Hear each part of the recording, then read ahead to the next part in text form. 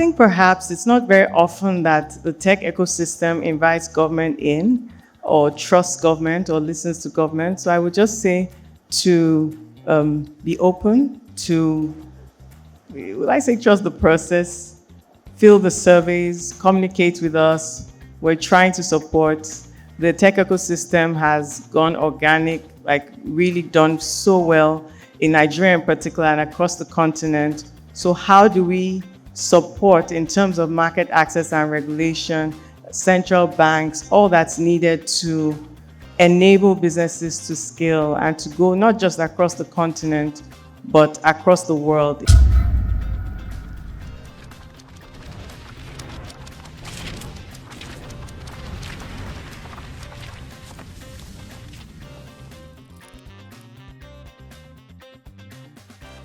Regulatory bottlenecks remain one of the biggest barriers to Africa's commodity trade.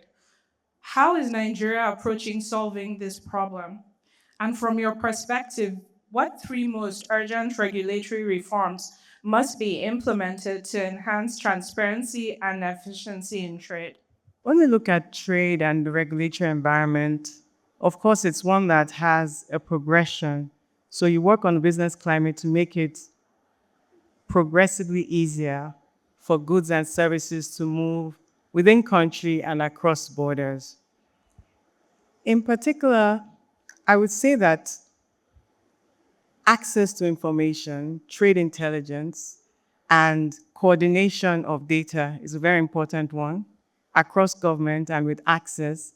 And that's why we have a trade intelligence tool kit. We had a pilot earlier in the year. We've had for goods, for trading goods. We also had a survey for digital services. And we're launching an entire portal. Because when businesses know market access conditions, regulatory environments at home and abroad, then they're able to comply. I would also say for trading goods, from an African perspective, I would look at working on commodity prices and stabilizing the ability for businesses to modulate in the global market and global value chains.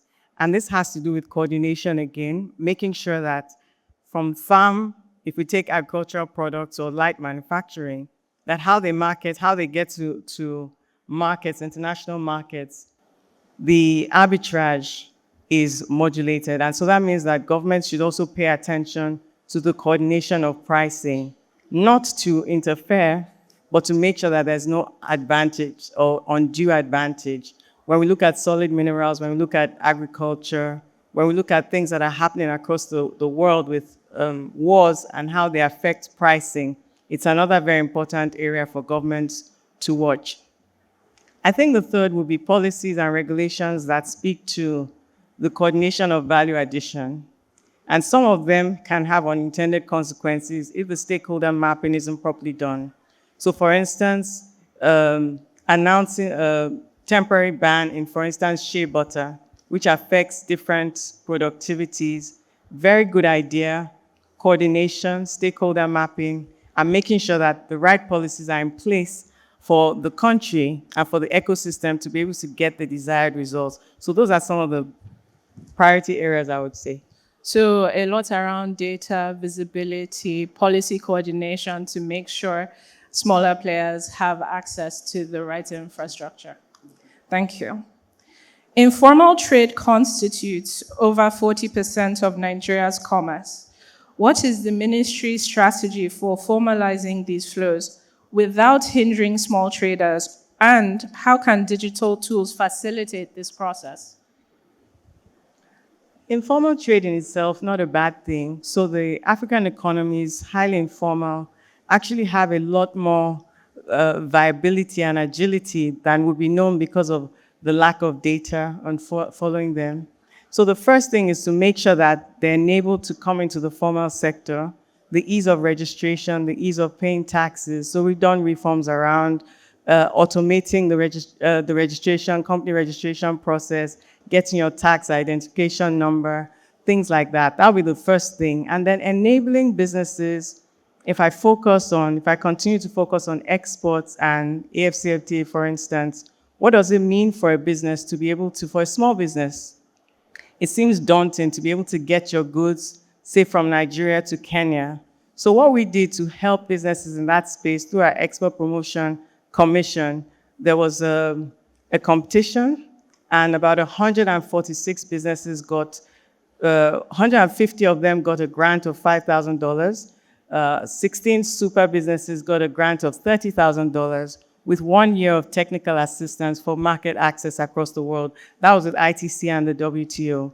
Now, that technical assistance of how do you register your product, how do you go through the whole trade facilitation process, that is what businesses need. We also have a coordination mechanism, public-private, AfCFTA. We were the first to issue the 5-year report, the first country in Africa to issue a 5-year assessment report of what has worked and what hasn't. And so when we also facilitated with UNDP the trade intelligence toolkit that I mentioned and the Uganda air cargo corridor, businesses were finding it very expensive, whether to move goods or by sea, but even by air or by land. So we worked with Uganda Air to have this flat rate negotiated that reduced costs by 50 to 75% for businesses. And so those are some of the practical steps that help them. So you're putting policies in place to help with actual physical distribution of product. You're making it easier for businesses to register and enter the formal markets, and then you're facilitating their access to global markets further.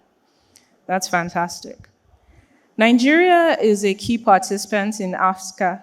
What specific actions is the Trade Ministry taking to align national policies with the AfCFTA frameworks and to lower non-tariff barriers?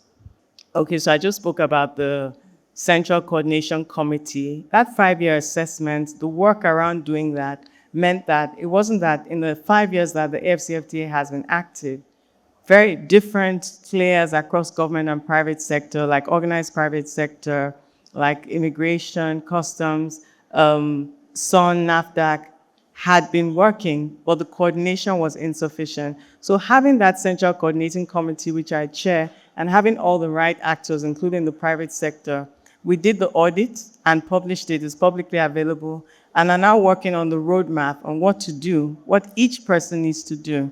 So at the end of November, we have a Triple P conference coming up, which is, well, it's not exactly a conference. It's more like working sessions for everyone to sign up on what they need to do precisely and own it. Because we found even the media, even private sector, and a lot of public sector players are not really clear on what their role is in facilitating. And you recall during my speech, I said that the AfCFTA is great as an agreement at a continental level, but until it's operationalized nationally and domestication, what laws need to be passed, what regulations, what each actor needs to do to make sure that private sector can really leverage the agreement. So those are some of the things. And so under that, there are very different regulations that need to be amended, tweaked to deliver for people to be able to scale.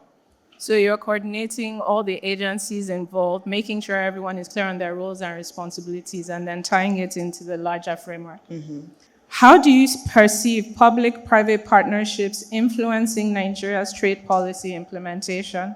And are there any current pilots or initiatives you believe could be successfully replicated on a continent level across Africa? Well, we work with, let me say, organized private sector, first of all. NACIMA, a very important tool for disseminating. Coming to platforms like this, a very important tool for disseminating the surveys, the data, intelligence gathering. I talked about some of the partnerships we've had with WTO, with ICT, some of the partnerships we've had in terms of making sure that there's access to capital, and some of the work that at the ministry we do, like under BOI, NEXIM, NEPC. A lot of the work we do also with AfrExim Bank. We're hosting IATF in 2027 and CANEX next year. The concrete granular platforms that enable businesses to connect marketplaces and making sure that businesses can trust each other across the continent. Payment solutions like PAPS and, where technology comes in, I'm sure you'll ask me that, is really to enable the trust. Like if humans are not moving as much, with technology, they don't have to go from country to country or attend a trade fair just once a year. with trusted technology that is bespoke for the continent, there'll be that authenticity to be able to trade effectively. Finally, if you could unlock just one regulatory hurdle today to transform Nigeria's commodity trade, what would it be and why? And the same for Africa. I think I would go with the National Single Window Project. It's a trade facilitation toolkit that is implemented by a customs service. And whether in Nigeria or across Africa, in fact, the Comptroller General Customs will be hosting all the heads of customs agencies at the beginning, in the middle of November, 17th to 19th in Abuja. And I say this because without the effective movement of goods across the country, for instance, like e-commerce, layered with technology as an enabler, but when you have, it doesn't trickle down. The National Single Window requires a lot of coordination across government and delivers a lot of transparency and efficiency in the movement of goods and services. So I would say the National Single Window. Okay, great. Is there anything else you would like us to take away today? I think perhaps it's not very often that the tech ecosystem invites government in or trusts government or listens to government. So I would just say to be open to, would I say trust the process, fill the surveys, communicate with us. We're trying to support. The tech ecosystem has gone organic, like really done so well in Nigeria in particular and across the continent. So how do we support in terms of market access and regulation, central banks, all that's needed to enable businesses to scale and to go not just across the continent, but across the world. It's really the competitive and comparative advantage of the continent. It's where our young people are competitive, tech natives. The talent pipeline is incredible and unbelievable. And so it's where we really, as an administration, are paying attention. So I would say to please trust government and work with us or let us in to be able to support the ecosystem. Thank you.